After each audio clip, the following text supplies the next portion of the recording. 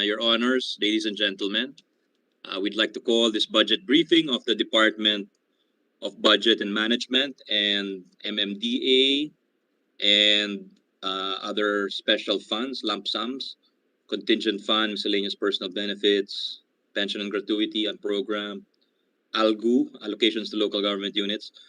We'd like to call to order and acknowledge our colleagues present. We have present with us Senator Amy Marcos, Vice Chair of the Committee on Finance. Good afternoon, ma'am. And Yusek Tina Kanda, OIC of the DBM, Yusek Toledo, Asek Clarito Magsino, Fiscal Planning Director Dante Chavez, Director Maria Sunga, Director Jane Abelia, Director Elena Brillantes, Director Mary Ann de la Vega, Director Cecil Narido, Local Government and Regional Director Makaspak, Productivity Systems and Productivity Improvement Director Meng Hamal, GPPB, Government Procurement and Policy Board, Technical Support Office Director Rowena Candice Ruiz, and from MMDA we have with us OIC Budget Division, Mr. Ruben Pellegrino. I was told we're still waiting for other MMDA officials to log in as of 1 o'clock. So, because many of our colleagues are attending to other hearings like the Blue Ribbon, which is the exciting one, the chair will use his discretion to postpone muna the. Usually we start with the budget presentation, no? But I think it's a bit pointless and exercising futility if we ask, if it's all right with the Vice Chair Marcos, that we go straight to any issues she might have, and she can directly ask the DBM officials and take advantage of their presence and ability to answer. And then when perhaps when our other colleagues log in,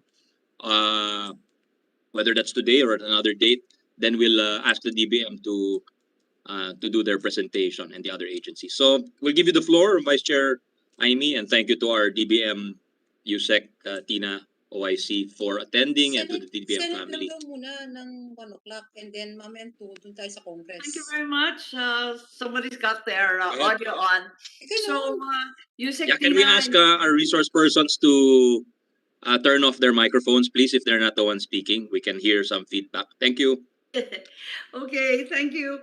So I wanted to inquire about the obligation rate of DBM in 2020 kasi ang taas-taas ng claim ninyo na 98%, but there's still an unobligated allotment of 87 million OSEC and 48 million under GPPB. Why are they not yet obligated for 2020? Natira sa COVID yan? 2020 to, 2020, not 2021. 2020, not yet obligated, 2020.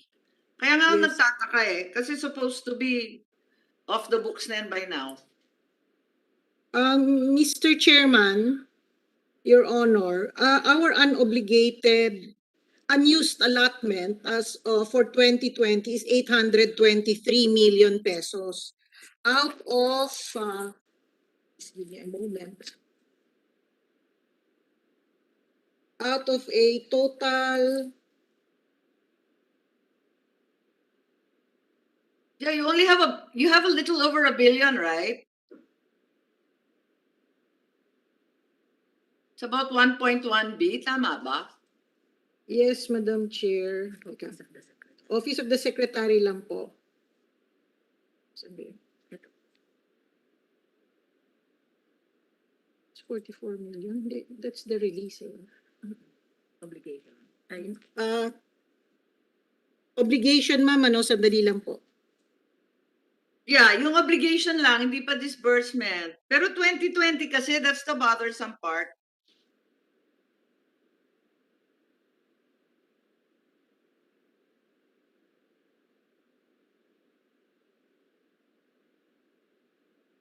I will take the opportunity to acknowledge Senator Francis Tolentino. He's physically present. Good afternoon, Senator Francis. Yes, Mr. Chair. Di ba may BICAM kayo sa BARM? When is your BICAM with BARM? Is it finished? Yes, Mr. Chairman. About to be finished. Okay. Okay. Sir, Mr. Chairman, present also. Hi, Senator Nancy, Nancy. I'm sorry, I did not see you earlier. I'd like to acknowledge also Senator Nancy Binay. She's present virtually. Afternoon, ma'am. Um, Mr. Chairman, Your Honor, Madam Senator, we have an allotment of 44 billion pesos, and out of that amount, we obligated 43 billion pesos. So that's the reason why it's only 823 and probably comprise less than 2% of unobligated allotments. That 823 million pesos. oh, okay. So, what happens to that amount? The 823 million pesos, Mr. Chairman, Your Honor, comprise ongoing programs. So they'll probably be continuing for 2021. And in fact, we are using it. But some of it has already been offered for in accordance with NBC 41. So we discontinued, for instance, the acquisition of vehicles and other programs. I see. Okay. Maraming tanong sa DBMPS. Kayo rin ba sasagot, Tina? Wala Ay. naman kayong alam. Wala po akong kinamalayan doon. They're Actually, actually, ano kaya ang plano dito? Yung undelivered, unutilized, interagency, the usual one, the 11 billion, 16 billion, whatever amount that is na You dormant can ask for 46 years. who is here. Mr. Who can Chairman. answer Yusek Tina for Mr. Chairman, Your Honor, we realized until recently kasi the procurement service has actually been operating almost autonomously. They just report during Execom, no, whenever they are asked to report. No, for last year, I think they were asked only to report twice because of the pandemic, and there was no report on actually what is being taken up in the Senate right now. Pero Now, Yusek Opo. Tina, with all due respect, that's an opt out of the DBM. There is a procurement council in the EO that Yes, Your established Honor. the MPS, Yes, Your and Honor. it is led by the cabinet secretary, the Yes, DBM Your Honor. secretary, and it's directly under the office of the president. Ang problema, I don't think you ever convened it. Yes, it was never convened. And in fact, the interagency YABAC, Bids and Award Committee, which used to conduct the bidding for the procurement service, was abolished way back during the last administration. And that's the reason why the Bids and Awards committees right now under the procurement service are being run by contractual personnel. Oh, contractuals, that's right. Yes, Contractuals yes. with very inflated salaries, by the way. Talo kayo. Yes, Your Honor, Mr. Chairman. Okay, so it's hard kasi they don't have much to do with the BMPS, ano? I just wanted to ask yung unposted procurement documents. There's like a lot in the DBM website and PhilJeps. So we're really concerned kasi yung sa Blue Ribbon, which is ongoing now, the PhilJeps documents don't occur on many billions of projects involving Pharmaly and other contractors and suppliers during the pandemic. How are we going to trace them? They're not in PhilJeps, they're not anywhere. Mr. Chairman, Your Honor, what happened as far as the bayanihan biddings were concerned, talaga pong naging lax yung rules doon because the law itself allowed it. So, I think the posting of qualified bidders under the PhilJeps was not part. In fact, yung platinum requirement is not, yung platinum category is not a requirement under the biddings under the Bayanihan 1 law. I'm sure. But Tina, I'm Yes. sure GPPB will agree with me that even in a negotiated bidding, there's some kind of documentation and qualification required. Yes, Your Honor. I must admit that I was shocked as all of you were. But we're trying to start again, if possible, to look into the documents of procurement service, specifically where their park funds are concerned. Kasi yun po yung medyo malaki na hindi ma-establish at It's this point. alleged that there are 73 projects that cannot be found in GPPB. There are about 73 missing in the website. Is there any way to reconstruct those? Sa PhilJeps po siguro, ma'am? Yes, can we ask for assistance? Kasi hindi na namin Yes, ma'am. mabuo yung storya eh. Yes, ma'am. Yes, ma'am. We will ask Director Rosa, who has recently been rehired, to coordinate with your office. She was unhired and then rehired. Yes, madam, Senator. Is there anyone representing the PS here now? Yusek Tina. I do not know, Mr. Chairman, if anyone from PS is here. Mr. Chairman. We ask, And the Blue Ribbon. Mr. Chairman. Yes, I think Yes, they Senator. are. in Blue Hindi ba dapat merong DBM-PS dito dahil they are still part Absolutely. of the DBM family and we're Absolutely. discussing the budget. They're still part of the DBM. government last time I checked. Yun No? nga eh. Yes, yes, Would like Your to Honor. acknowledge I will- MMDA Chairperson Ben Herabalos. Good afternoon, sir. Yusek Tina, baka pwede, Patatawag. multitasking, baka pwedeng tumawag ka muna ng taga DBM-PS Opo, so they tatawag can po ako attend. dun sa kasi nasa Blue Ribbon yung dalawa. Kasi si Executive Director Uwayan is currently COVID positive again, and also Wow. he has family concerns. That's Can the he reason. designate someone to at least be present Yes, during yes, this yes, Your Honor. budget hearing? Parang Yes, Your Honor, Mr. seems Chairman. highly irregular not to have someone from the agency or department here. Go ahead, Vice Chair Yes, Mark. Mr. Chairman, and I don't think it's true that they don't report to anyone. Higit pa sila sa Constitutional Commission. Talagang may Procurement Council directly responsible to the President. On a previous hearing, I already asked sa DBCC the calculation of the national tax allotment, yung NTA ng LGUs. We were told there's a level of confusion about the share of the provinces in your memo 82A of August 2021, which issued an adjustment for another memo on June 14 of 2021. Can we clarify the confusion? Because the DBM, per these calculations, issued numbers that resulted in a smaller NTA than the previous era. Can we be clarified, given that the NTA... Sorry, what's NTA?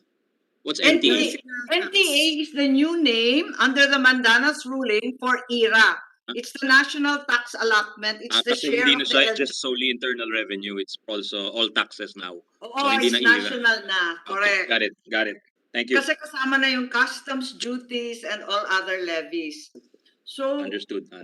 yung NTA, naguguluhan kami because there are certain LGUs such as Pangasinan that will receive a smaller NTA in 2022 than their ERA in 2021. So may we be given a list of the potential numbers and alin ba talagang supervening ditong mga memo ninyo? How is it computed? The last memo issued, Mr. Chairman, Madam Senator, is the one prevailing. It was That's the June the 14. revision was made as a result of a DOJ opinion on the matter.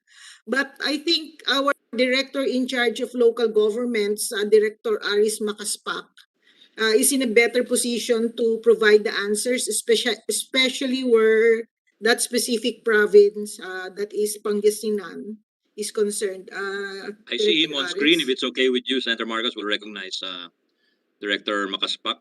Could you clarify what is that memo? What's that DOJ opinion about also before you proceed to answer Senator Marcos's question? Go ahead, Good afternoon. Director Makaspak. Good afternoon. Thank you, Mr. Chair.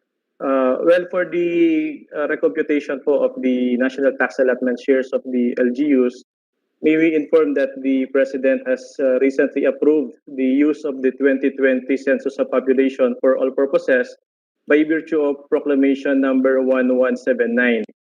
So under General Provision number 88 of the 2021 General Appropriations Act, any valid adjustment in the computation of the national tax allotment shares of the LGUs that occurred or happened, including final and executory court decisions made effective during the current fiscal year, which is 2021, shall only be considered and implemented by the DBM in the subsequent fiscal year, which is 2022. That is why when we received the proclamation order from the President declaring the 2020 census of population as official for all purposes, we recomputed accordingly the indicative 2022 NTA shares of the LGUs under LBM number 82. So we issued po yung LBM number 82-A to effect that recomputation. Now with regard to the 2022 NTA shares of the local government units, with all due respect to the one mentioned earlier by Senator Marcos, there is no decrease in the NTA share of the province of Pangasinan from 2021 to 2022. Based on our records, Mr. Director Chair, Makaspak, if not Pangasinan, can we clarify the confusion and categorically state that no LGU will receive a smaller NTA in 2022 than their era in 2021? Or is that still subject to your computation per 2020 census and LBM 82A? Madam, Mr. Chair, if I may respond po to the query of Huwag ka Senator na Marcos. magtanong ng permission. You're free to respond, sir. Thank you, Mr. Chair. We confirm po that for the provinces, cities, and municipalities, we did not note any decrease from the 2021 and ERA share to the 2022 NTA share, notwithstanding the use of the 2020 census of population.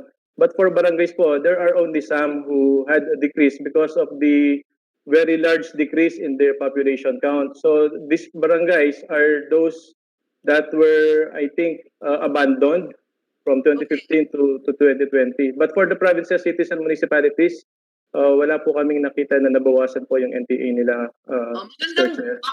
Magandang marinig yung ganyan, Director Makaspak. Siguro hihingi rin kami ng listahan hanggat maaari. Hindi naman down to the barangay, kundi at least man lang yung mga city, yung ating probinsya at hanggang kaya ninyo.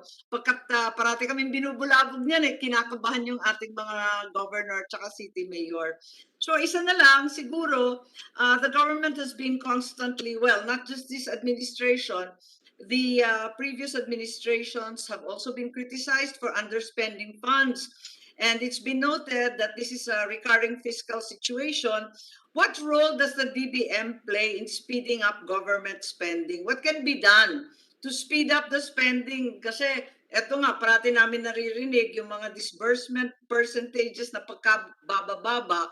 And at the same time, naririnig rin natin ang daing ng ating mga kongresista, senador at iba pa ng mga for later release funding. Ano ba talaga ang status nito? Are we speeding up the underspent or are we holding back for later release still? Mr. Chairman, Your Honor, the for later release projects, specifically for DPWH, is something that we really do not want, especially because it's now September. And as of latest count, I think the approvals have reached around 30%. But we're just going to move forward and try to improve it in 2023 at 2022. For 2021, Your Honor, what we've been doing is we are providing the agencies with their performance for the past 6 months. And in fact, trying to urge them to complete or facilitate the implementation of their projects and programs. This is, of course, net of the FLR. Don't we want to speed up the infrastructure, Yusek Tina, to stimulate the economy, provide jobs? Yes, Your Honor, Mr. Chairman, we're trying to follow it up. If it is possible for 33%, that means 67% of the, is that the whole DPWH budget or just of the congressional insertions? Just the congressional initiatives, Your Honor. How much does that represent in terms of spending? In terms of billions of pesos? 67. Siguro mga 67% as Your Honor yung yung It's over 100 billion naka- easily, no? Is it over 100? It's No. more than 100 billion. It's around Yeah, 100, so if I'm not mistaken, around 140. Ha? Yeah. 140. Mr. Chairman, 140, yes. yeah, Mr. Go Chairman, ahead, Senator Binay. with the permission of Sen Aimee, I don't No, think go ahead. nabawasan. I don't think nabawasan siya since we had that DBCC hearing, yung amount. Correct, yung pa rin eh. Parang Hindi din ho, pa din siya. nadagdagan naman ho from 132 to 141 o 143, parang ganun po. Nadagdagan yung hindi The nagagastos. total, what is that 140, Yusek Tina? Nadagdagan po yung na-release. Ah, Pero yung okay. sa disbursement naman from 30, I think 30% naging 42% as of end of August, Mr. Chairman. Anong Okay. ano? Okay, that's good. Sa na lang, last quarter na tayo. Paano ba tayo raratsyanan? Yun na din nga, Sen Aimee, idudugtong ko lang. What happens kung hindi nyo ma-release by December? O isa pa yun. Ano yan, Pera na savings? naging bato pa. Savings ba yan? What will happen is that it's going to be reverted. It will What is become by December 31, it has to be obligated or it has to be disbursed? Yusek Tina, what does the 2022 GAA provide? Obligated. It has to The be obligated. 2021 GAA rather. Mr. Just obligate, Chairman, basta ma-obligate by December Basta 31. obligate yes, ka. yes, Mr. Chairman, you are correct. Okay. And Go pag ahead, hindi Vice Chair na-obligate, Vice Chair Aimee. hindi naman siya magiging savings, no? Pag hindi po na-obligate and the current GAA wordings prevail, it will be reverted. So it constitutes unused obligation. So if it is going to be extended, then it's not going to be savings because it can be utilized Used for next year. Next year. Okay. Mr. Chair. Thank you. Mr. Chair. Senator Francis, with the indulgence of Yes. Vice Chair Aimee. Go ahead. Yes, with the indulgence of Senator Marcos, perhaps we can advise the DBM to issue a circular addressed to all government agencies relative to this FLRs, because this is the first time it happened. So it would clarify everything, whether it's gonna be obligated. It's not the first time, Senator. Last year din, FMA, FLR din last Yes, year. kaya nga Kaso pala. nagka-COVID, kaya nakalimutan yung FLR. Opo. So, is DBM inclined to have that circular to inform all that there is an impending, or alam na nila yun? The problem kasi is it needs the OP approval, sa Senator Francis. So kahit anong gawin ng agency, kung walang OP approval, hindi ma-release yun. So that circular would not serve the purpose of hastening the release. What about the joint circular emanating from the OP and DBM? Kapitbahay lang po yun. If the OP just approves it, then we're okay, actually. Initiative, Oh. Mr. Chairman, should Actually- come from DBM. With the permission of Senator Tol, Yeah, just go baka ahead. nga dapat, Tayo lang eh. baka, Mr. Chairman, baka nga dapat tayo yung, mag-follow up sa OP? Well, they have their budget hearing, I'm not sure if it's tomorrow or next week, but then you can raise it with the Tomorrow Executive na po, Mr. Secretary Chairman. Bingbong.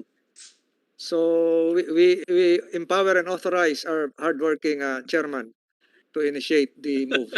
Inausap na namin kami ni Majority Leader. We already met with the ES and Senator Bongo to ask that it be speeded up, and they said they would. So maybe we need to remind. Anyway, sige.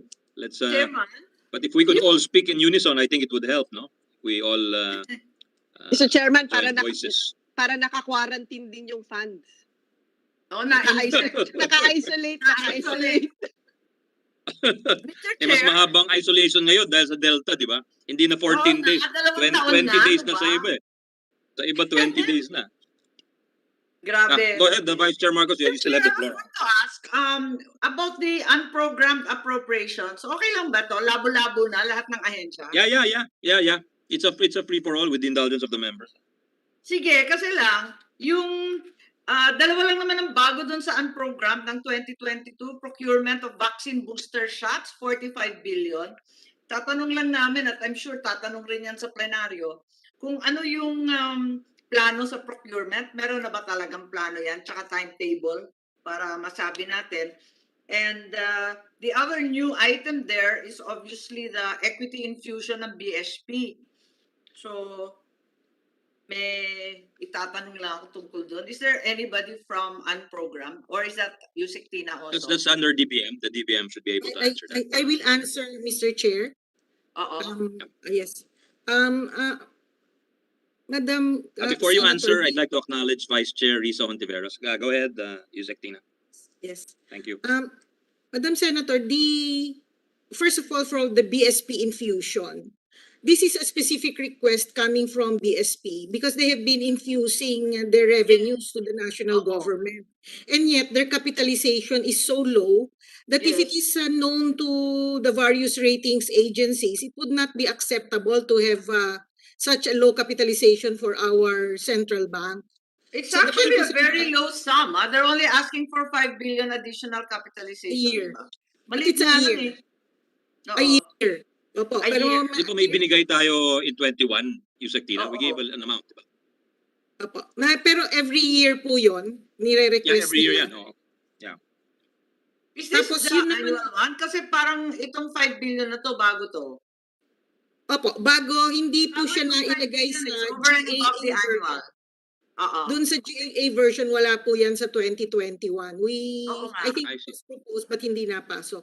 Pero yun naman pong isa na Yung booster shots, yung Booster vaccine shots, yes. booster. The reason Paano ba why yan? Kasi padagdag ng padagdag yung yung universe of vaccinated people, di ba? Dinadagdagan ng 65 and over, ng high exposure health workers, high risk, pati bata under over 12 years old. May plano ba tayo dyan sa procurement of booster na nasa 45B? may computation po yan on the number. Actually, the population estimate is around 80%. So that's the amount that they came up with, 45 billion pesos. The reason why it is still in the unprogrammed, Madam Senator, is that at that point when we were preparing the budget, the science was still not out Wala pang regarding mga booster variant na shots. Delta. Wala ring variant na Delta. So that's the Pwede reason i-discuss why ganun natin po ng yun. DBCC, ano? So wala pang timetable din ito kasi unprogrammed nga. Wala pa po. Wala pang ano po. O sige, marami ng members na narito, Chairman. Ang hihingin ko na lang, ito na lang yung uunahan ko si Vice Chair Risa, ito sa ALGU, kung pwede, matagal ko nang hinihingi ito, the list of barangays and projects under NTF-LCAC. Kasi nakuha ko Yeah, lang we can yung ask Northern for that. Luzon, but I haven't gotten the rest. Can I we get will look, that, Yusek Tina? Mr. Chairman, I will look because I know I have a matrix of specific requests vis-a-vis the reports. We've been doing that religiously for the past couple of days. So baka yun pong kay Senator Amy, hindi lang na wala doon sa listahan ko yung kay Senator When you say Amy. request from senators, you mean? Senators and congressmen, Your Honor. No, Mr. wait. Chair. I'm asking about the NTF-LCAC, yung amount last year. Sino yung mga barangay 16.4 yan at ano yung mga project nila? Basically, a disbursement 20 list, no? million You're asking for a disbursement list. No? Correct. Oo. Sige, Yusek, can we have an updated list of Yes, the disbursement Mr. of Chairman. NTF-LCAC from you? And we'll also Mr. ask Chairman?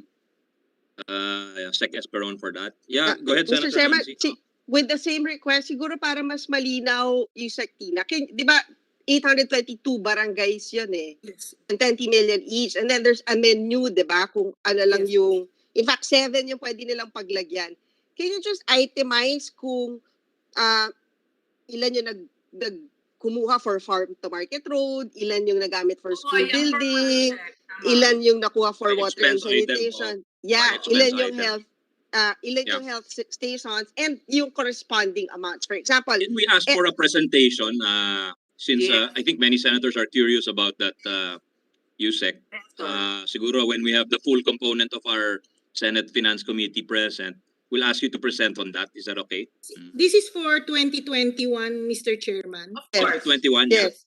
Yes, of 2021, because that's when the program really ballooned from Yes, 2020. yes. And then you're asking for more money for 2022. Yeah. So we don't really have a basis for gauging and- performance except for 2021. Yeah. Tama, di ba? And Mr. Chairman, out of the 16.4 ba, ito ba may FLR or na-release lahat si 16.4 billion? Meron pa hong natitira. Agad. Ang bilis-bilis. Ha? Sabihin ng totoo. Magkano na ho yung Tina ang nare-release? Teka lang ma'am, sandali lang po. Hindi, ang problema kasi, While yung... she's Yes. while she's looking for the figure, I just want to inform the body and Vice Chair, that we were told PSDBM OIC Director Joshua Laure is logged in. I think you had the questions a while ago. You want to repeat your question for his benefit? Director Laure, where are you? Andito po kayo, sir. Just Yes, to... good afternoon, Mr. Chairman. Hi, Director. Clarify, I'm the OIC Director of the Admin and Finance Group of the PSDBM. Siguro, Director, As I'll opposed just to the whole request you na lang. PSDBM, just the admin and Thank you very finance. much, Mr. Chairman. I-request ko na lang kung pwede ba ibuo yung mga papeles na hindi posted sa PhilJeps o sa anumang website, yung procurement documents or yung project details nung 73 alleged procurements under Bayanihan 1, 2, etc. Yung very controversial ngayon under the Blue Ribbon investigation. Wala kasing papeles eh.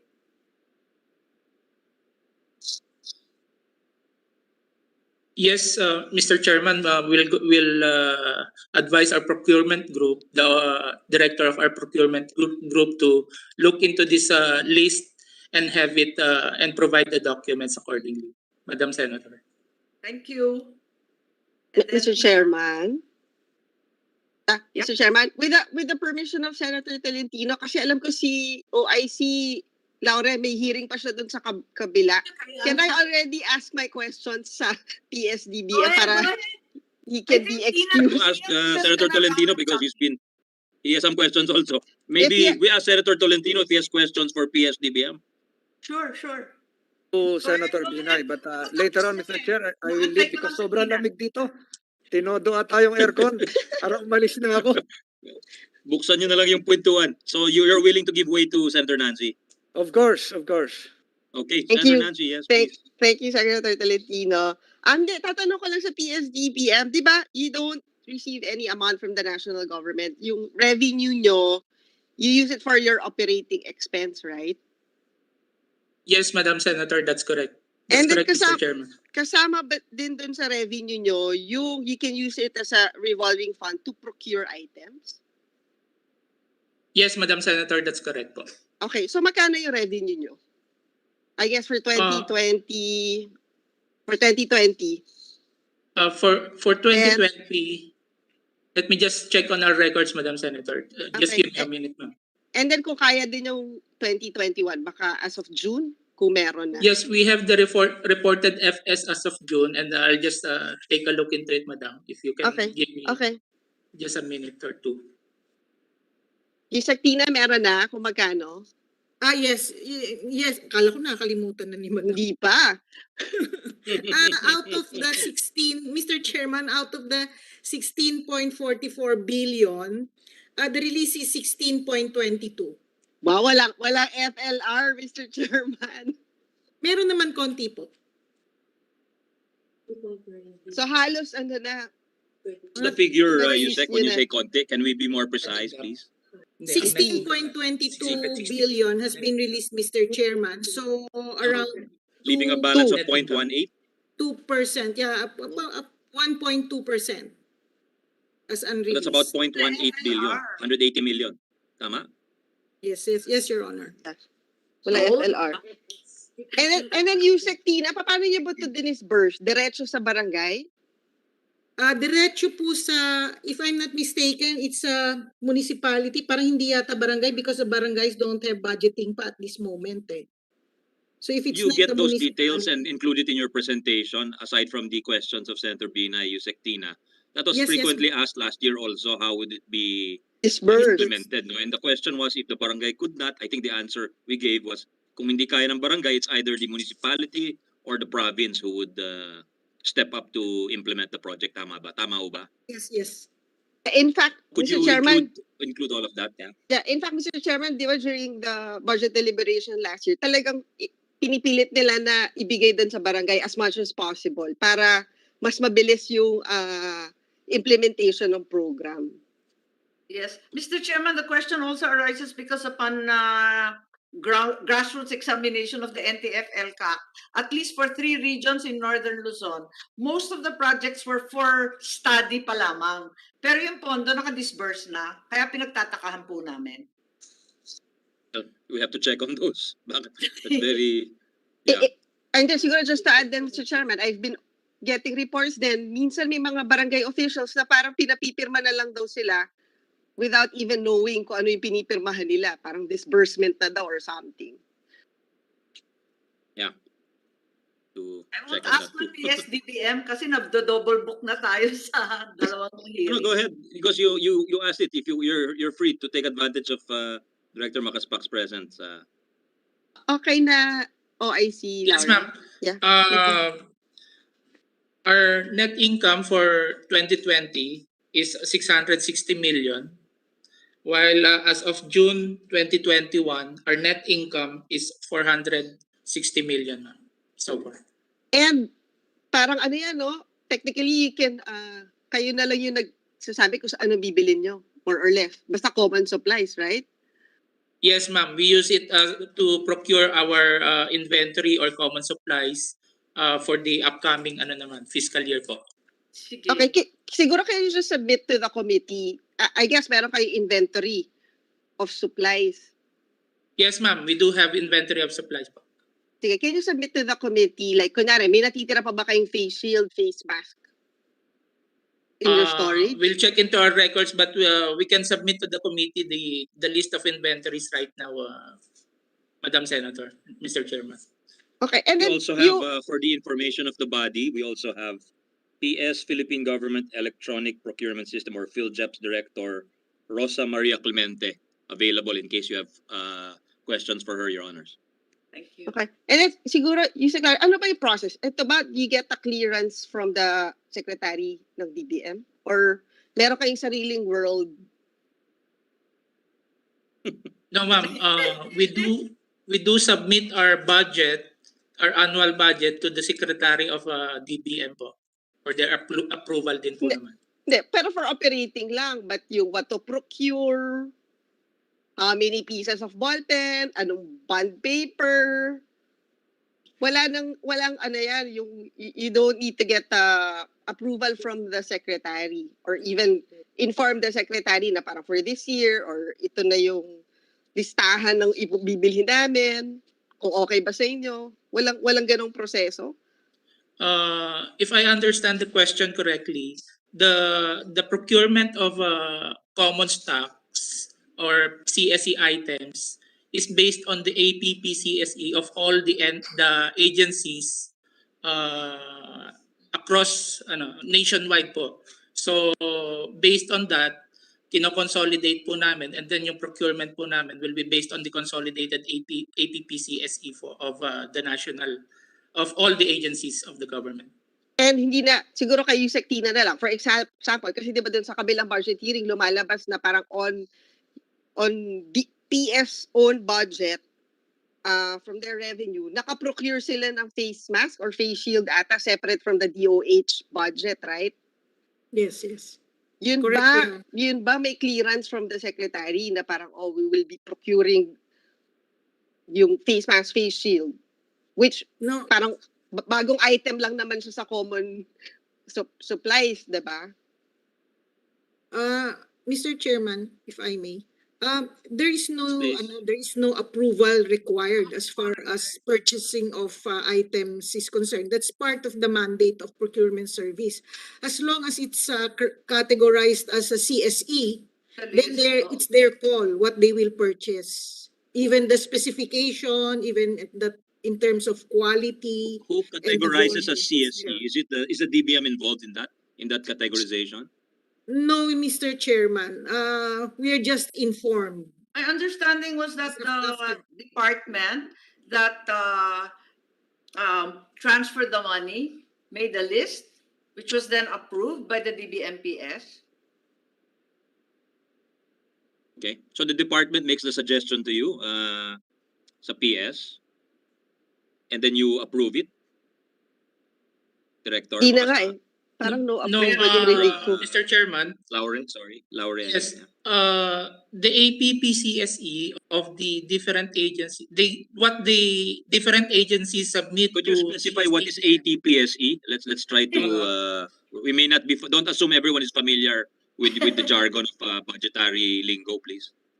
The annual procurement plan for common use supplies and equipment, Mr. Chairman. That's what Okay. APPCSE is. And what they do submit to PSDBM is their approved annual procurement plan for common use and supplies and equipment po. And then we consolidate that, and based on that figure, we do our own planning, procurement planning, para po ma-provide namin yung requirements ng lahat ng agencies po. Can you tell us what is the division of labor between you and Director Clemente, please? What Director exactly Rosa does your Clemente is unit do, the and what exactly does the unit of Director Clemente do? Please explain to us, because somewhat technical, no? Yes, Mr. Chairman, I can explain as to what the admin and finance group is.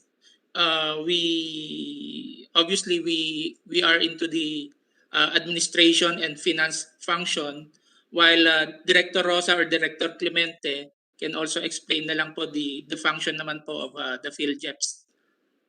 Director Rosa. Yeah, go ahead, Director Clemente. What is the division of labor dito sa common use items between you and the unit of Director Laure? Do you have any participation there in the selection of the common use items?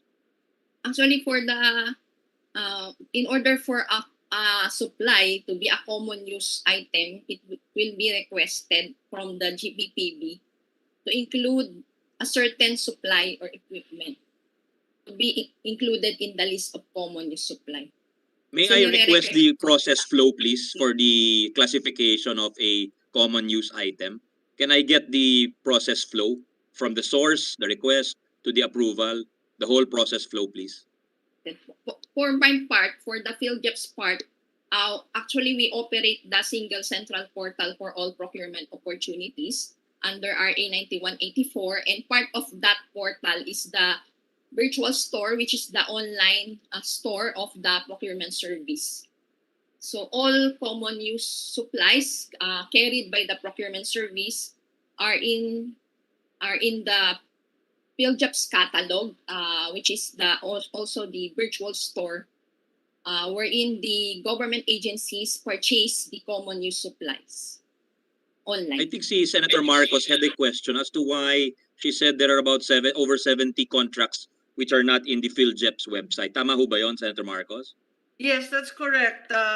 From the Blue Ribbon So- hearings, we've heard that there's roughly 73 different transactions that are nowhere to be found in the PhilJeps or other Would websites. any of the resource persons, whether it's we have Director Ruiz here, we have Director Laure, we have Director from PhilJeps, could any of you please shed light on those, please? Mr. Chairman, if I may be recognized, this is CD Rooms from GPPBPSO. Yes, please, Director, go ahead, ma'am. Yes, good afternoon, Mr. Chairman and other senators here present. If I may just answer earlier po yung proseso for declaring common use supplies and equipment. Could you speak a little proseso louder, please, Director Ruiz? A little louder, ang please. proseso lamang po, ang proseso lamang po is that the procurement service will request the GPPB for the items to be declared common use supplies and equipment. In the case po of the PPEs and the other COVID medical related items po that is subject of the Senate Blue Ribbon Committee hearing, it was the DOH that recommended, and then the procurement service endorsed the GPPB for approval. So yung pong mga specific items nanggagaling po sa procurement service insofar as approval of the CSEs are concerned. Doon naman po sa question on the So I'll stop you muna there to slow it down, ha, Director Ruiz. I hope you don't mind. So agency muna, tapos punta sa PS.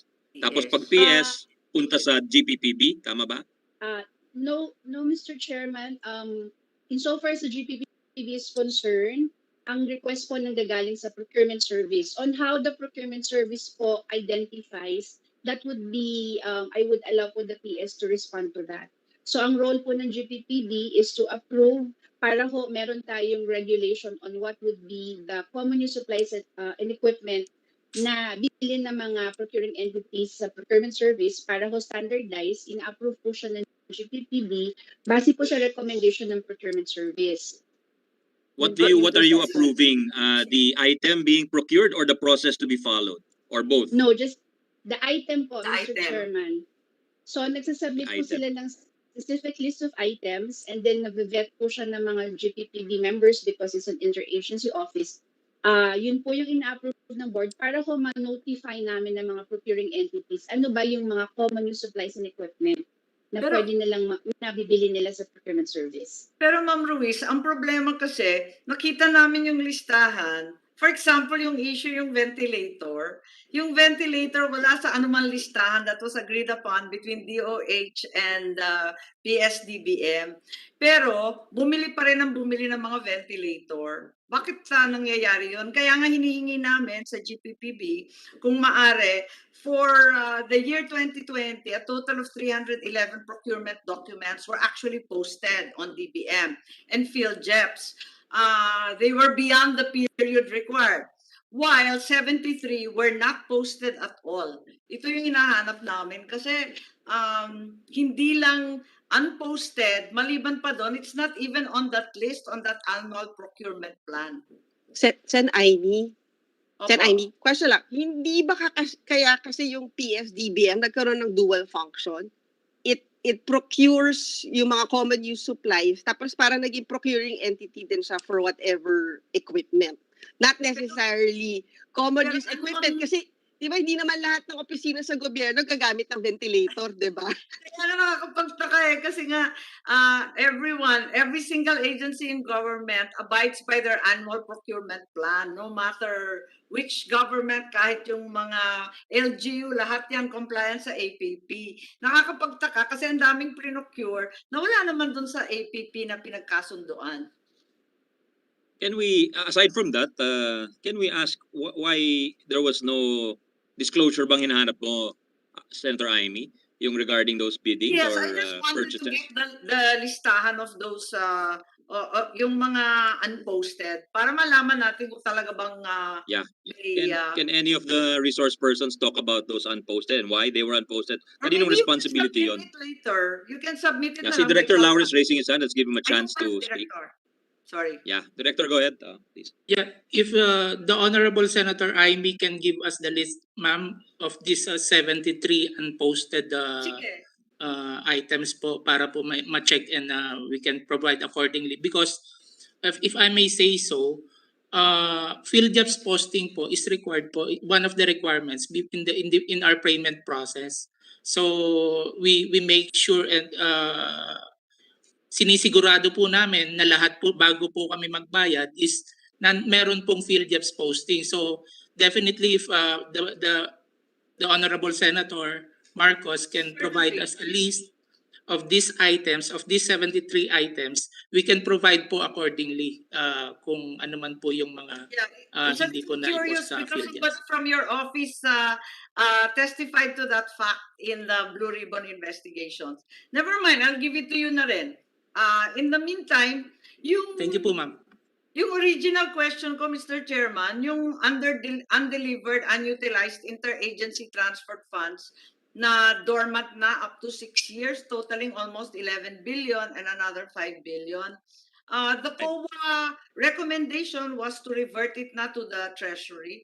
Have we complied with that reversion? Because clearly it's still in your books. Yeah, Director Laura, Yes, go ahead, ma'am. please. We are on the process of reverting these funds to the agency or to the National Treasury na po. We are just gathering our documentation. We are just completing the documentation, and we just have gotten clarification din po from TBM na lahat po ng funds na ito from 2019 pababa i-revert na po sa agency or sa Bureau of Treasury po. Nag-i-start na po yung process and we are complying na po to that COA AOM po. Yeah, Yusek Tina.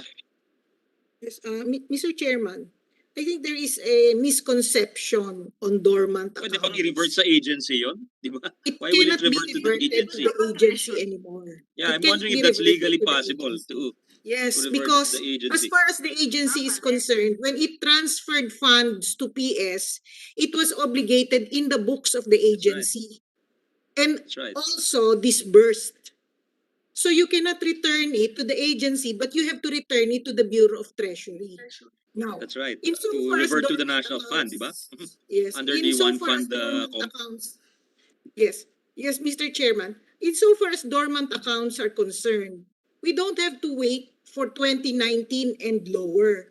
If the transaction of the agency shows na hindi na nila kailangan to dahil meron na naman siyang amount for the next year, that should be considered a dormant account and so therefore reverted again to the National Treasury.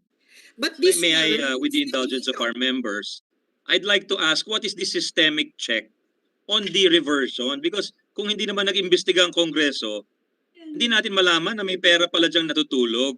So what is the check Yeah. within the system to ensure that this money does not sleep? Is ganito, there Mr. Chairman. is there a systemic check, Your Honors? Yes, Mr. Chairman. In fact, annually, it appears in the COA annual reports. It is included I mean, there. can we not put if there is no systemic check, then maybe we should put a special provision in the 2022 GAA that any funds that have slept for more than a certain period must Yes. automatically revert without, by force of law, without action on the part of any agency. Yes, Mr. Chairman. There Parang is sweep ba? Di ba dapat parang may sweep yan? Para yes, for the information, parang di sayang Mr. yung pera. Chairman. Daming pangangailangan tapos may natutulog palang pera dyan. Naku, papakamatay si chairman maghanap ng pera, may natutulog pala sa PITC, meron pala natutulog na Yeah. 16 billion dyan sa PSDBM. Parang, Mr. Mr. Chairman, pagdating ng year-end, nag-zero out yung account. Wala bang Yes, ganung exactly. mechanism? Exactly. I'm sure Secretary Sani Dominguez will be happy with something like that. So he doesn't have to, hindi siya nagkakandara pa to have bond offerings, etc. Can we ask Director Laure, you mentioned, so now would you like to amend your answer in view of what Yusek Kanda has mentioned, sir? Mr. Chairman, may I Yes. Just state Oh, sige, before I go Yes. back to Director Laure, I'll just let Yusek Kanda finish. Yes. A part of the Bayanihan 2 is funded by the SWIP as identified by SOF. Paano kung meron na namang what if the sweep has produced sleeping funds? Who's gonna sweep that sweep? Correct. Meron ba? No, serious. It's a very serious concern and Yes, question, Yusek Tina. Who Yes, is going Mr. to sweep Chairman. the swept funds? Para We hindi siya will, matulog. Mr. Chairman. Wala. We will, Mr. Hindi, you Chairman. will, pero may we need maybe at this point strong checks and balances in our law. Si Aimee nga gustong ipa-abolish yung PS eh. So ako nga less drastic nga yung mag-sweep na lang kaya tayo kasi para we have a cash sweep. Yeah. Go ahead, you have the floor again. Sen Nancy, would you want to ask? Ano lang, Mr. Chairman, but more than that, yung, di ba, kaya naman natin inallocate yung funds na yun to buy a certain item, right? But Yes, di ba, so meron kumbaga, may nawawalang, yung imbis na nagamit na yung dapat pinaglaanan na yun, hindi siya nagagamit. So it's just more than a dormant fund. It's an actual procurement of an item na hindi nabili. That's right.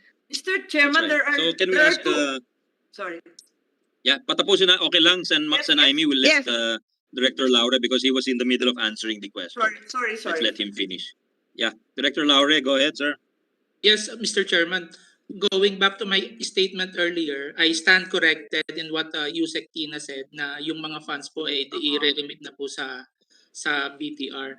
My statement earlier was based only on the COA circular that interagency transferred funds should be transferred. Section 6.7 of COA circular number 94-013 states that the source agency being the PSDBM should return the funds to the end user agency at the end of each project. Kaya yun po yung naging basis ng statement ko kanina. But I do stand corrected that if such is the case that this fund should be reverted or refunded to the BTR, then we will oblige accordingly, Mr. Chairman. You have a Thank you. deadline for reversion, Director Laure? Internally, being the OIC Director of the Admin and Finance Group, we set a deadline to at the end of this year, Mr. Chairman, to remit all these funds to the BTR. And we have already started doing so. Continuous naman po yung process namin.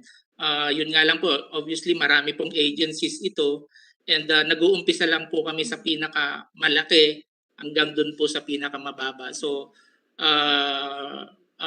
yun po, ang target po namin talaga is by the end of this year, if not by the first quarter of 2022 po. But rest assured po na ongoing na po yung process, and to Senator Imy's point po kanina, inuuna na po namin po yung mga na-highlight po doon sa AOM na receive po namin. Thank Mr. you po. Chairman, with the permission of Sen. Amy. Yes, Mr. Chairman, Ano- clearly there's no deadline eh. Kasi yung PITC may mga 8-9 years. Itong PSDBM may 6 years. So, medyo recommendatory lang talaga yung COA. Sorry, Nancy. Yeah. No, Mr. Chairman, tatanong ko lang, ano yung dahilan bakit hindi nabili ng PSDBM at naging dormant yung account? I am not in the position to answer that, Madam Senator. Sorry po. Yusek Tina, Yes, I will Sinong kakalam answer. nun, Director Laure? Is it the agencies concerned or your... Who would you? Di ba sa inyo yun? Kayo yung bumibili niya? I will answer, Your Honor. Yes, but I cannot speak for the previous management or the previous When did you na take bago pa lang siya. group po. when did you Kasi take bago pa lang po ako. office? Kailan po kayo nag-take office? I joined PSDBM po in 2019, being the You were previously with which bookkeeper po. office? I'm sorry, Mr. Chairman. Saan po kayo dati? I was an OFW po before I joined the Okay. PSDBM. You're an accountant, Director. Yes, I'm a certified public accountant. Are you a lawyer? No. No, I'm not, Mr. Chairman. Okay. Thank you. Yusek Tina. Yeah, you said you can answer. Please. Yes, Mr. Chairman, the reason why funds are not used is also partly, both are to blame. Number one, the funds corresponding to non-CSEs were also transferred to DBM as a parking. Yusek Tina, ano Especially yung CSE? Ano yung, Yung common use supplies and equipment po. There was Okay. a time when, in fact, PS, I think, had 333 billion pesos wow. in cash. That's how big it was. Because there were certain projects by infra agencies which could not be obligated on the part of the agencies and departments, and instead they parked it with the PSDBM. So the solution at that time When was is that, to- Yusek? When was that? I think during the last period of the previous administration and also in the first part of this administration, Mr. Chairman. Could So we have the after- listing of those items, like when it was at 330 billion? We'd like to know what were classified as common use items at the time. Majority of that, Mr. Chairman, would be DOTR projects. Right. If my memory is correct, I think I am correct about it. Most of them were DOTR projects which were not moving. So it was And transferred. did they move under DPS? Hindi Yes, rin. Mr. Chairman. In fact, they moved, but very slowly. They moved very So, slowly. Okay. What happened? I think Yusek Tina, siguro DOTR nung time na nag-take over yung government sa MRT ba yan or something. Diba? Parang Yes. DOTR ended up buying spare parts. Yes. And then, Mr. Chairman, so naging parking ang PS doon. Second, there are controversial items in the budget of the agency which by tradition they cannot purchase because of the nature of the transactions. These specifically, I would mention probably fire trucks. They're always wrought with the considerations not related to procurement. So ang ginagawa ng Bureau of Fire, nililipat sa PS. On the part naman of the agency, once nilipat nila May doon, pera pa sila sa PS eh. Opo. BFP. May Kasi- pera pa rin for fire trucks nandyan sa PS. Pero malaki pa rin ang pera Oo, doon. malaki Ang pa rin nangyayari nandyan. po, hindi naman magko-cooperate ang Bureau of Fire sa Specs. PS to give them the specs, the terms of reference that are required, kung ano yung mga kailangan ibigay pang mga details. So, PS would require these details. As far as the agency is concerned, it is of no interest to them. Bakit? Nandun naka-obligate na po at saka naka-disburse na yung pondo nila So, okay lang sa kanila. On the part of PS naman, it is also to the advantage of the procurement service. Bakit? That will earn interest. So even if I don't do my procurement, I will earn interest. Yun yung It's tinitingnan actually nilang... a perverse incentive in a sense because Kaya- you'd rather Yes, not it is spend it. counterproductive. Actually, it does not help the whole system altogether. So yun yung Right. sinasabi. There was a Abolish, time abolish. during Secretary Jocko Lumalakas ang case ni Madam Vice Chair for abolition, I think, unless we can really because I'm just wondering, fire trucks, is that a common use item? What is the Yun na nga mandate of eh. PS? Di ba common use item? Hindi ho siya, kaya nga ho nag-veer away ang PS from its legal mandate. So buying these highly Way specialized past or its items mandate. which are totally the opposite of common use is what took over the PS function. Yusek, that's Your what you're Honor. telling Yes, us. Yes, Mr. Chair. Okay. So ganun yun Okay. ang- What yun is ang the naging legal problema. basis for the action of the PS? Is it an EO or is It's it an EO. the administrative It's an code? EO. Yes, it's a martial law EO Whether it's po. an administrative code. I think EO. si ED, si Executive Director Weng Ruiz, who is a lawyer, would be able to answer that. Yeah, I'm Yusek, sure if I- Director Ruiz, I'm could you sure give us if the I- legal Mr. Chair, basis for Mr. Chair, if I can, the if I can butt PSDBM, in. please? So we could I guess at the end of the day, that's always your resort to look at the legal basis to know whether a government agency is doing its job. No, could you share that with Mr. us, Chair. please, ma'am? If I can interject, Mr. Chair, to Yeah, answer please, your Senator Francis. question. Before The you root answer, Senator cause- Francis, yes. The root cause of all of this, including the GBBB incursion in quasi-legislation, is their ability to expand, amend, modify IRRs every time they seem fit to amend IRRs. Yung una po kasing batas, binigyan lang tayo ng 5 years to have an oversight. Thereafter, tuloy-tuloy na sila. Kaya yan po yan nangyari 2009, 2011, 2013, hanggang ngayon po. That's just an input. Ni-review ko yung IRR nyo, kayo talaga yung yung IRR nyo dati, konting pages lang, ngayon 350 pages na. Sobrang kapal na, ma'am. This is the IRR of the 9184, San Francis. Yes, and they have amended that several times without Okay. congressional oversight. Well, Mr. Chair, congressional oversight in general can look into those, di ba? Even if there is no Kasi specific Mr. Chair, oversight yung committee, we original don't lose our power of oversight. Yes, I agree. But the original 9184, we have 5 years to be part of that. And DBM will always report to us. Ngayon, hindi na natin alam kung kailan nagpapalit sila ng IRR. We can ask, wala bang, Director Ruiz, wala bang, before you answer the previous question, could you inform us if there is a requirement in the law for you to notify every time you amend your rules? There must at least be a disclosure or notification requirement, I would assume. Yes, Mr. Chairman, all of the issuances, resolutions of the GPPB are posted po and published. They're available po on our website. Meron po dong button on updated, revised, implementing rules and regulation.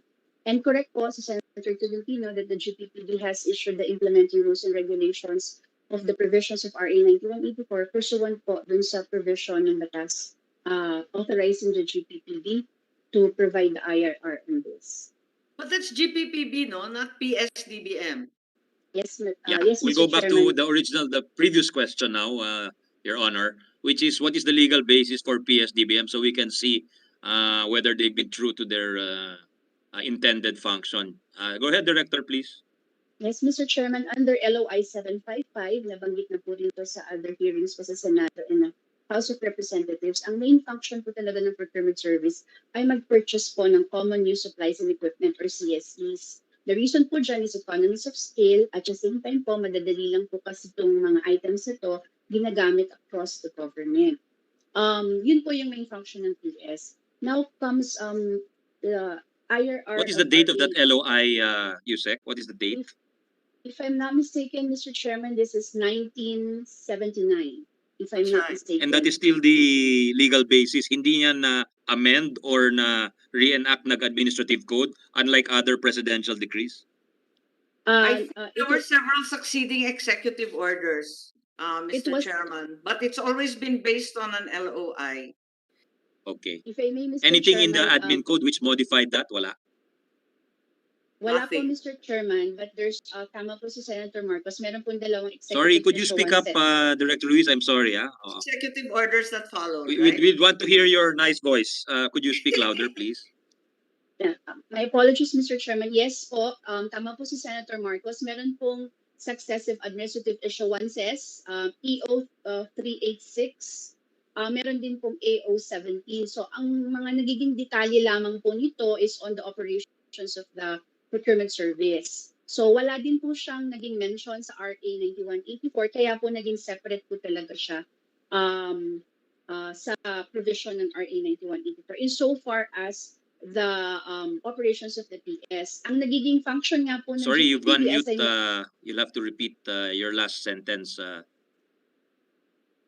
yes, so yun po yung naging function po ng procurement service at yun po yung naging You- legal basis nila.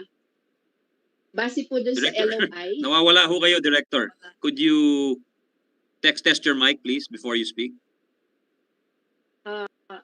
Mr. Chairman, do you hear me? Yeah, okay, go ahead. Pakirepeat na Alright. lang ho. Your last statement was, wala siya sa 9184. Could you continue from there? Yes, Mr. Chairman, as I was saying earlier po, yun po yung naging legal basis ng DDM procurement service, yung pong LOI 755 and succeeding executive issuances that came after that po. Kabilang po dito, Mr. Chairman, let me just validate para po sigurado ako. Yung Yeah. EO, Anyway, before we go today, we'll ask you to submit a written report na lang on that. No? alright. And is there anything in the LOI or in the successive issuances which allows them to purchase the more esoteric or mas peculiar or particular equipment na like a Um, fire truck? Mr. Is there Chairman, anything in those issuances which authorizes or allows that? Mr. Chairman, wala po dun sa mga issuances na nabanggit ko. Meron po kasi tayong provision sa 2016 Implementing Rules and Regulations. We're losing you ng again, RA Director 9180. Luis. Anyway, I hope that's not unintentional. Hello, Mr. We Chairman, put do you the hear question me? on record. We'd like to get a report Mr. from Chairman, DBM. Yeah, Mr. Chairman, can I just change my headset? Then I will go back immediately po to respond to the question. Para ho hindi magulo. Perhaps it's my all right, headset. all right. Mr. Sige. Chairman? Yeah, go ahead, Senator Amy, while we're waiting for Yeah, Director while we're Luis. Go waiting, ahead. I just want to ask, there are two rather troublesome figures in the PSDBM. Maybe the PSDBM Director Laure, you can help us here. The assets of PS jumped from 25 billion in 2019 to 42.3 billion in 2020. So malaki talaga yung dinagdag. Kaya lang, pinagtatakahan ko, bakit nagkaroon kayo ng malaking utang? 88% utang increase from 19 billion, naging 36 billion. Can you kindly explain this? Mas maraming kinikita, pero sumobrang dami naman yung utang. Are these resulting from the billions of advances made by DOH and other agencies, or where is this coming from?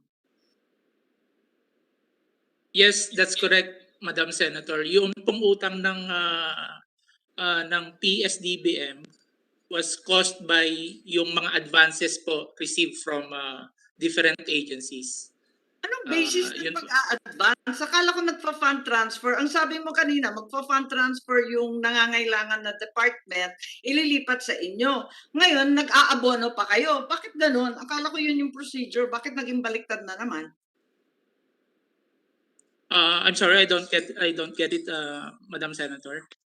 I don't understand why PSDBM also becomes the banker, loaning sums, very large sums, to DOH and other departments requiring their procurement services.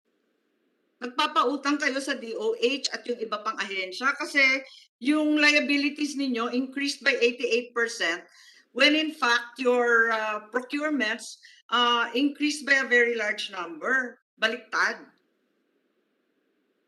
How is that possible, Your Honor? How can they loan money for what? It's okay. Because these are appropriations made according to law. So I'm wondering, ano yung Mr. Chairman, ano I nila, think what is the Mr. legal Chairman, I think what is nag-aabono. the legal authorization? Oo. I think No. abono hindi utang yung correct term. no, the Ano sa advance cash payment of position?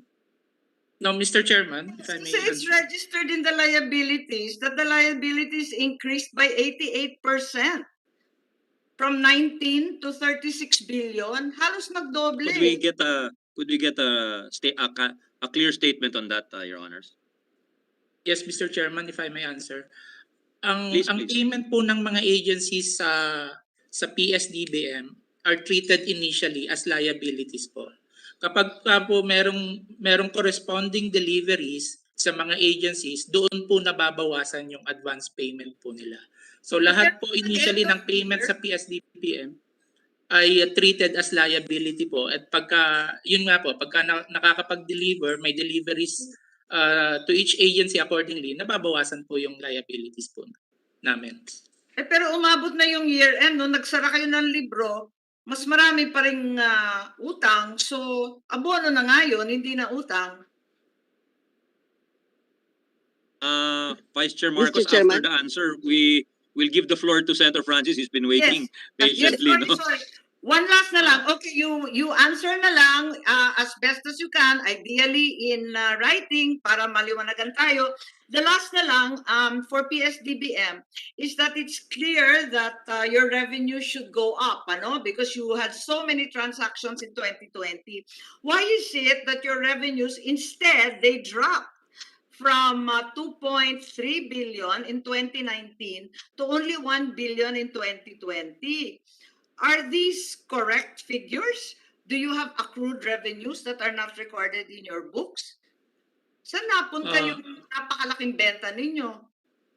What are you reading from, Senator Marcos? What are you looking at? The balance sheet? Yes, it's the balance sheet, it's the revenues. Because nga they live Okay. on revenues, di ba? We're not giving them budget. In their revenues, it's very clear that they more than doubled their purchases. But it appears that their revenues instead dropped. It's less than half of what it was. Well, it's almost half of what it originally was in 2019. Are there accrued revenues that you have failed to put in the books? Yes, Mr. Chairman, Madam Senator. Noon pong 2019, let me just point out po na ang sources po ng revenue ng PSDBM are from the sale of common use stocks and equipment, supplies and equipment, as well as the sale of non-common use supplies and equipment, and the service fee it receives from agencies paid to PSDBM as a recommending awardee po para mga procurement activities po na ginagawa ng PSDBM. Nagbabayad po ang agency ng 4% service fee, pero sila po ang implementing agencies. Yun pong mga service fees na yon na receive namin noong 2019, yun po yung nagpa-lobo, naging cost, kaya po malaki yung revenue namin ng 2019 Why do you compared po collect sa a service 2020. fee? What is that? What is the service fee for?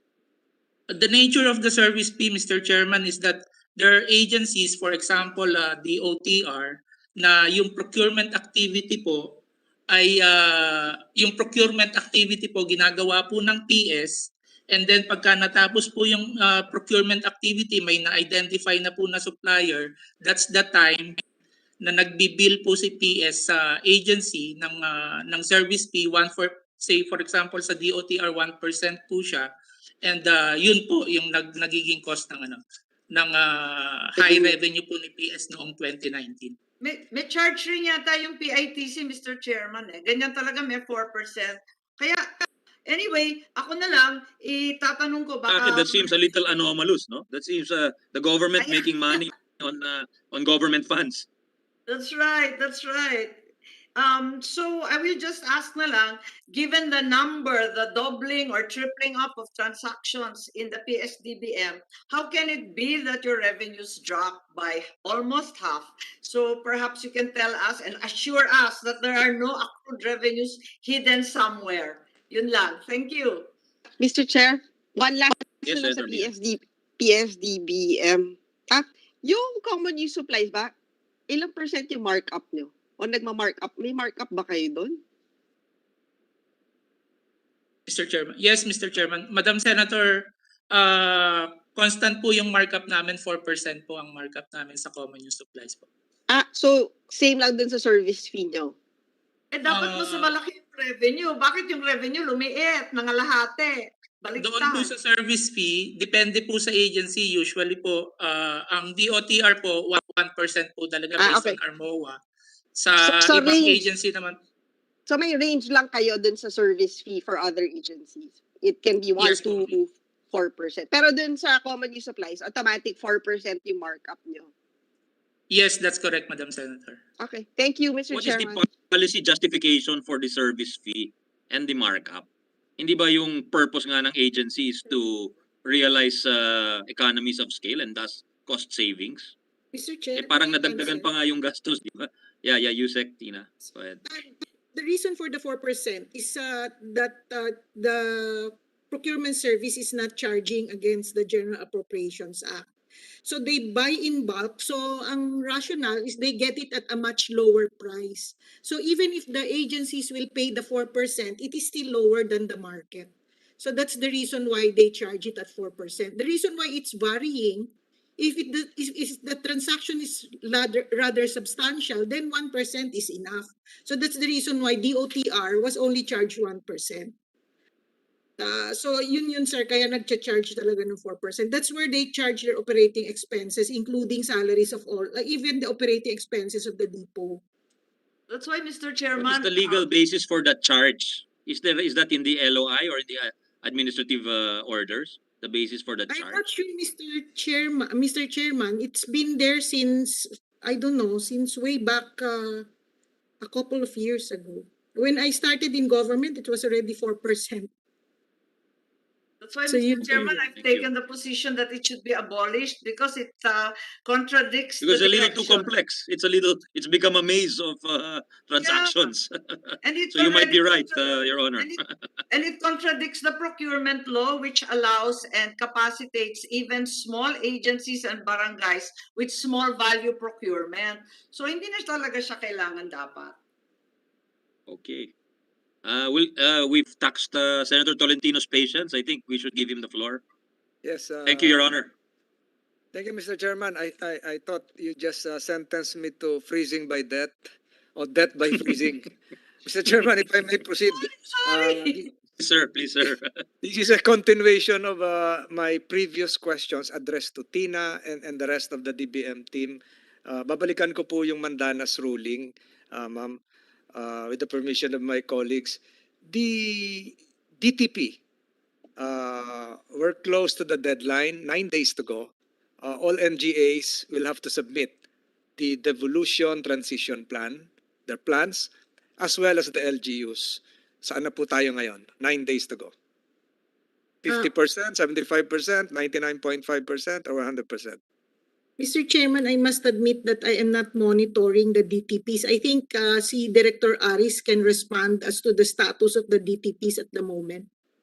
Mr. Chairman, if Director Aris is allowed to respond, Yeah, please. Director Makaspat, go ahead, sir. Thank you, Mr. Chair. For the DTPs po of the national government agencies, I think the major agencies have not yet submitted their final and complete devolution transition plans. Yung mga maliliit lang po na agencies so far, I think, have already submitted. I think what they have submitted so far are only the annexes of their DTPs, which we required them to submit or requested them to submit in April of this year. As to the local government units, Mr. Chair, they are still within the deadline po as we have prescribed under DBM DILG Joint Memorandum Circular Number 1 dated August 11, 2021. So we do not yet have the data, Mr. Chair. as to the number of LGUs that have already completed and submitted their respective devolution transition plans. Thank you, Mr. Chairman. So my next question is this. What will be the sanction or penalty for non-compliance insofar as LGUs are concerned and even MGAs? Ano mangyayari nito? Hindi lalong hindi ma-implement yung Mandanas ruling, or may sanction ba yung mga LGUs? For the local government units, Mr. Chair, it is the preparation and submission of devolution transition plan will be one of the requirements in the release of the growth equity fund. So if they are if they are an identified beneficiary of the growth equity fund, then hindi po sila marireleasan if they fail to prepare and submit a DTP. The DTPs of the LGUs will also be monitored, and their performance will be rated by the DILG based on the submission of their DTP. And we also received an information from the DILG that in case an LGU failed to prepare and submit its DTP within the prescribed period, they will issue a show cause order to those local government units. So those are the measures, Mr. Chair, that we are now adopting in order to increase the compliance of the LGUs with the requirement of preparing and submitting their respective DTPs. Thank you. So pag LGU ang late, may sanction sila. Pero pag ang late naman ay national government agency, ano kaya ang sanction nito? Kasi sabi mo kanina, you're not sure about the compliance rate of NGAs. Let me be specific. For instance, Department of Agriculture, ano yung compliance rate niya? Pinag-uusapan natin dito, agricultural extension officers, projects, etc. So we sanction the LGU, but we don't sanction the NGA. And my attached to this is the question, who is the agency supposed to assist the LGUs in preparing this devolution transition plan, which is new, which is novel. It's like a coronavirus. It's a novel transition plan. Oh, so sino nag-a-assist sa kanila before we sanction them? Kawawa naman yung mga yun. Mr. Chair, for the local government units, we continuously provide technical assistance and support for them. So the DILG and the DBM have conducted various orientation, webinars, training for all local government units to enable them to prepare and submit their respective DTPs. Palagi po yan, Mr. Chair, almost every week we do trainings po and orientations po sa mga LGUs. We will hold you accountable for that kung ano man ang mangyari dito. But just to proceed, Mr. Chairman, kasi malapit na po yung session, ito pong I'd like to ask DBM, when we talk of NTA, will the NTA increase distribution because of the Mandanas ruling? Other national taxes will be involved, affect the share of the Bangsamoro? Although they receive a block grant, will it affect Bangsamoro? Because in your budget circular, no mention was made of the same, except in section 4 of your circular EO 138. It states, and I quote, the Bangsamoro region and Muslim Mindanao and their LGUs shall be guided by RA 11054 of the Organic Law Bangsamoro and other relevant laws passed by the BARM. So what will be the net effect insofar as the Bangsamoro is concerned relative to the Mandanas ruling? With regard po to the computation of the annual block grant, it is supposed to not affect po the manner of computation. So the increase in the NTA shares of the LGUs based on the certifications submitted to us by the BIR and BOC, hindi naman po naapektuhan yung computation of the annual block grant. But we noted po that in the certification submitted by the Bureau of Customs, there was an apparent decrease in the annual block grant, and I think, Mr. Chair, it is the BOC that can answer that, because we merely base the amount that we propose on the certifications submitted to us by those collecting agencies. Now, what will be the implication or implementation of EO number 138 to the local government units within the Bangsamoro? When we were preparing the executive order, we wrote the Bangsamoro government on their comments. And the position of the Bangsamoro is that they should not be covered by the executive order, since under the Bangsamoro Organic Law, the jurisdiction over the LGUs within the Bangsamoro region is within the powers of the Bangsamoro government. That is why when we issued the implementing rules and regulations, we made it explicit therein that the LGUs in the Bangsamoro are not covered by the full devolution measure as elucidated and prescribed under EO number 138. Mr. Chair, if I may proceed, but in your local budget memorandum 82-A dated August 19, 2021, Bangsamoro is reflected therein, and a total of 51,170,139,186 is indicated. So does that mean that this figure is just an indicative figure reflecting the Mandana's windfall, or you just made this for computation purposes only, irrespective of the opinion made by the Bangsamoro government? For the computation po of the NTA of the LGUs within the Bangsamoro, they benefited from the implementation of the Mandanas ruling. Kasi yung NTE naman po, applicable yan sa lahat ng local government units whether or not they are within the Bangsamoro region. So lahat po ng LGUs in the Bangsamoro region received an increase in their NTA. But with regard to the applicability of EO number 138, specifically on the full devolution of functions and services, hindi po sila kinover, Mr. Chair. So it will be the Bangsamoro government through the Bangsamoro Parliament that will prescribe the policies for the local government units under the jurisdiction of the Bangsamoro government. Thank you for that clarification. My final query, Mr. Chair, are you still there? Is Chairman Benhar still there? The MMDA's charter, Republic Act 7924, includes the provision that would enable the MMDA to receive an internal revenue allotment. In your computation of the NTA, I hope Benhar is listening, and the MMDA family, would the MMDA be entitled to a corresponding increase, because we just now renamed the internal revenue allotment to NTA? Would the MMDA be entitled to a corresponding increase because of the Mandanas ruling of the NTA? Wala dito sa mga circulars nyo, and this would benefit the MMDA family.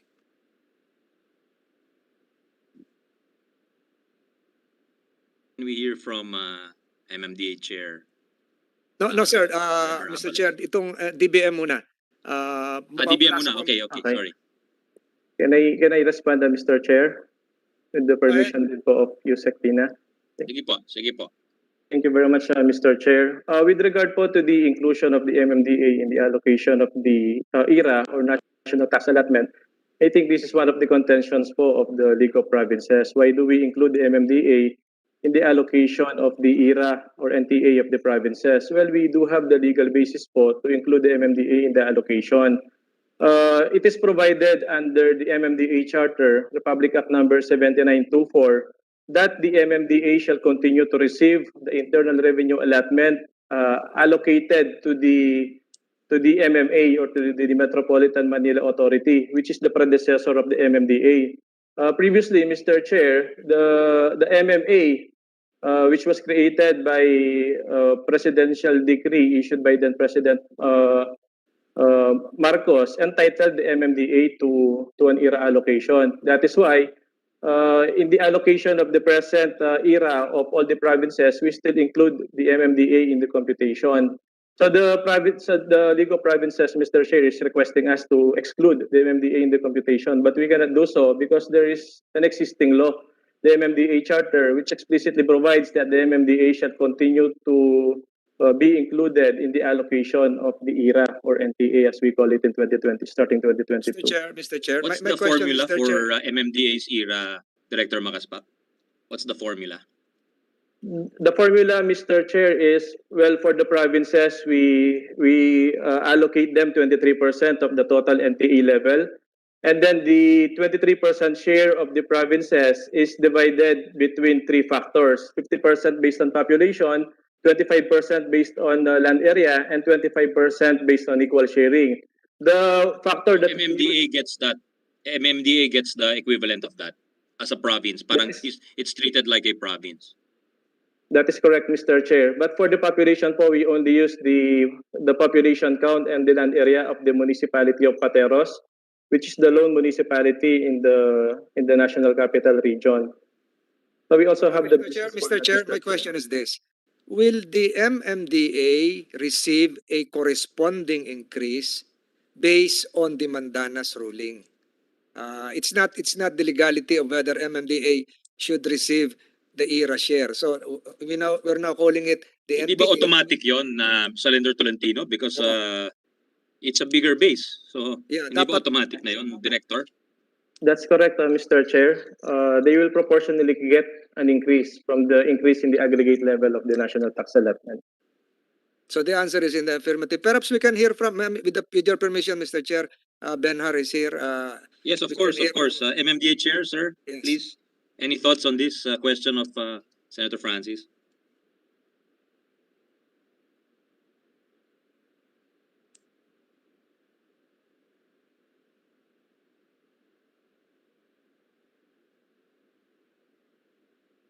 Oh, Sir, nakamute yata kayo, sir. Chair, parang nakamute yata kayo.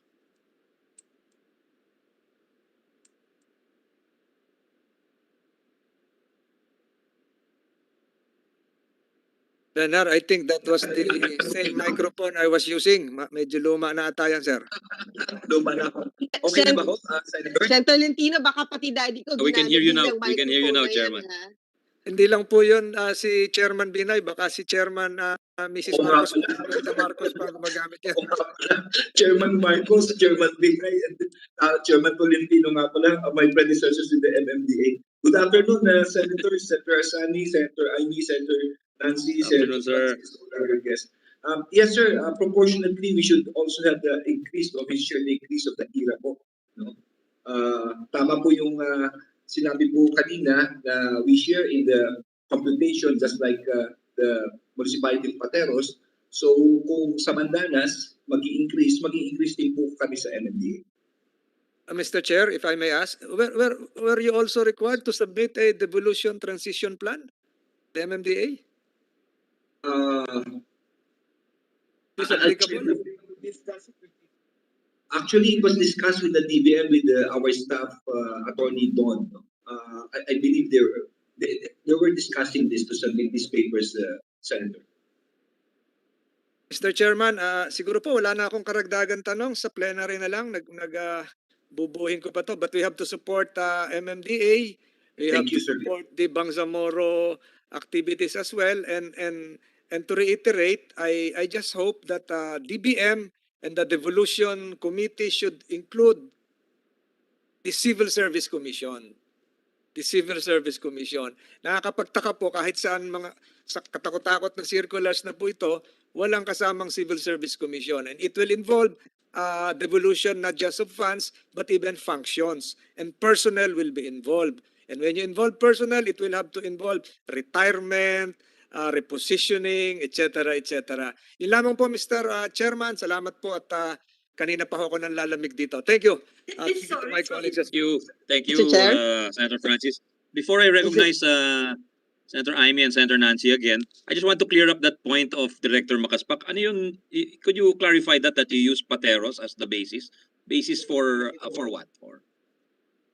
For the allocation, Mr. Chair, of the NTA or ERA of the MMDA, so the municipality of Pateros po kasi is the only municipality in the National Capital Region.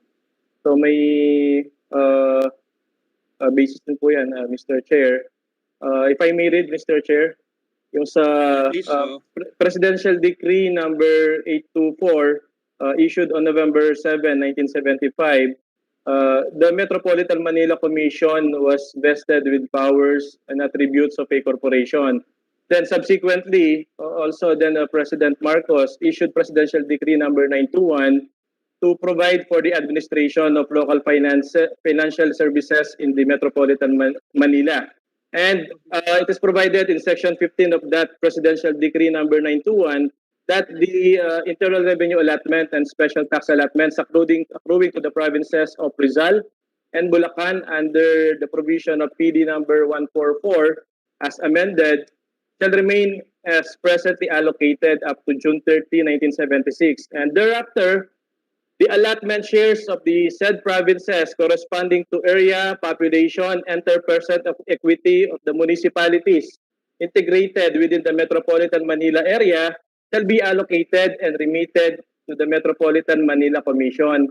So nakalagay po under that proclamation, Mr. Chair, that only the municipalities integrated within the Metropolitan Manila area shall be allocated and remitted to the Metropolitan Manila Commission, which is the predecessor of the Metropolitan Manila Authority, which in turn is the predecessor of the MMDA.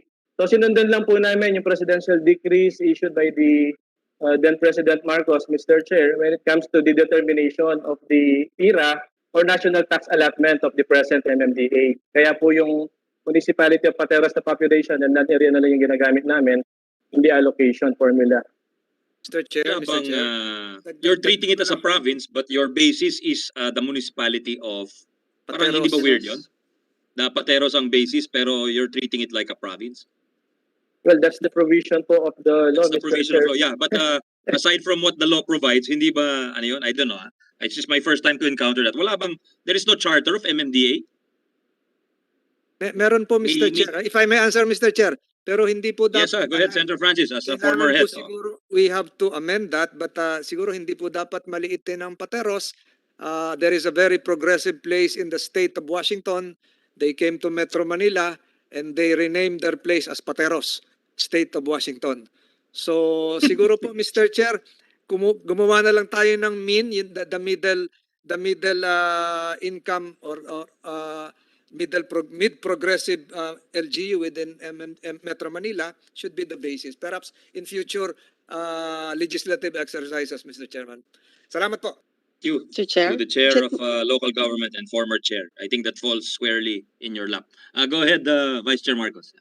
Yes, Mr. Chairman, the reason perhaps that Pateros became the mean is because it was the smallest municipality at that time. They were all municipalities except for 3 cities. So it's a very much outdated law. I just wanted to put in a reminder for plenary. Every year we are asked about the flood control projects of MMDA. And this year it's particularly bad. I don't know kung dahil sa COVID, 67 out of 94 were not completed. And in addition, 10 projects indicated in the APP or the annual procurement plan to the cost of 681 million were delayed as well. Tapos 9 projects, 1.2 billion. Baka tanungin kami, baka kinakailangan ipaliwanag na yan sa lalong madaling panahon. Thank you. Yeah, Chair Abalos, would you care to comment on that, sir? Yes.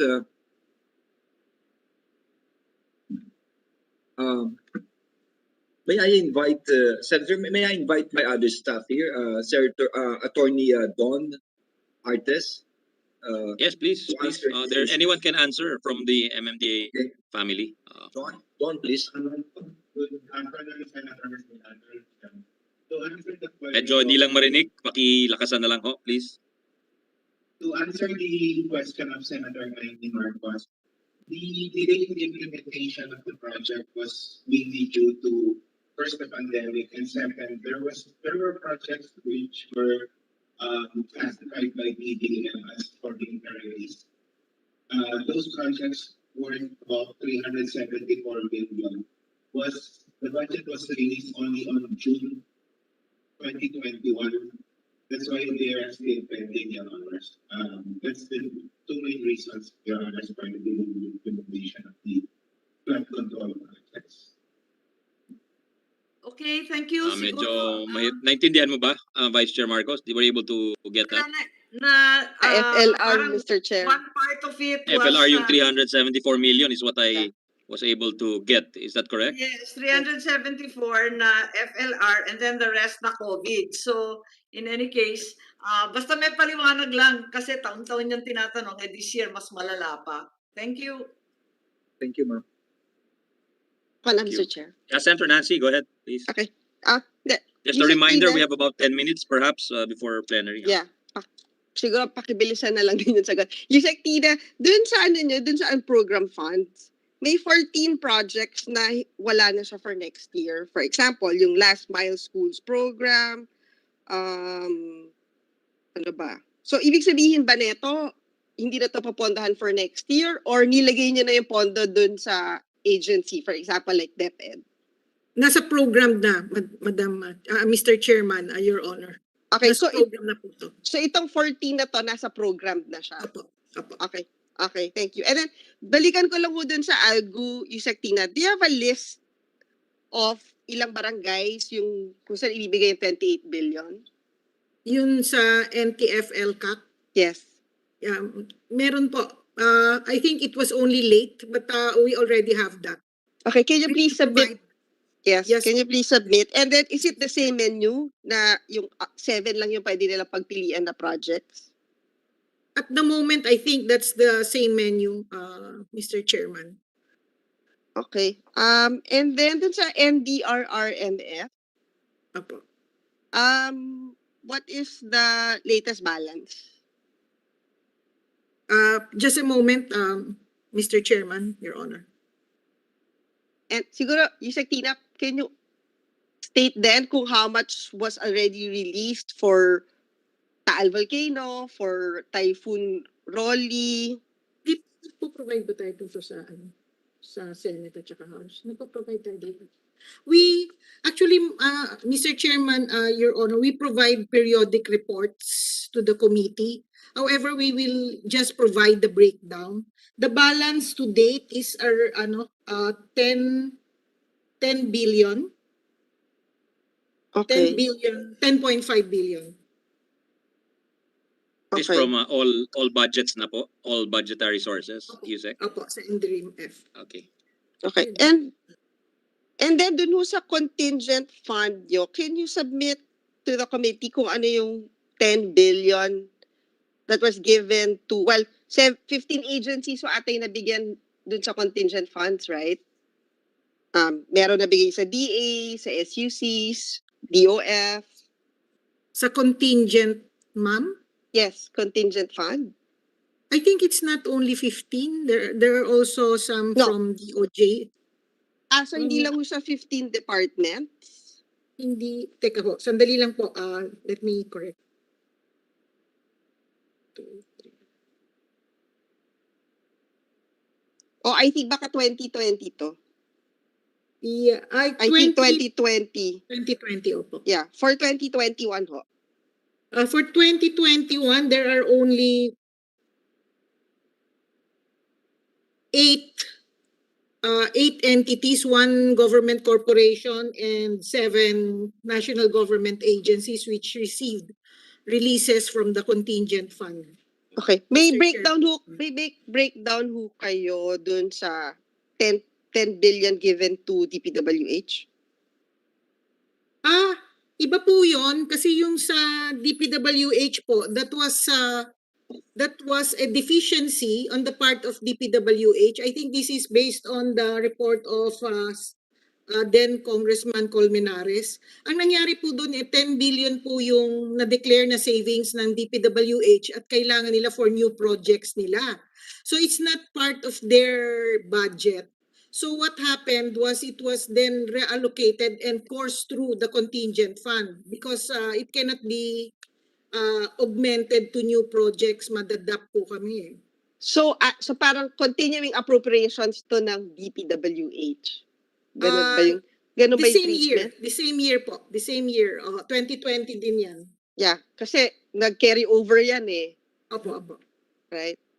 Opo. Pero meron na kayo breakdown? Pero meron kaming listahan po niyan. Opo.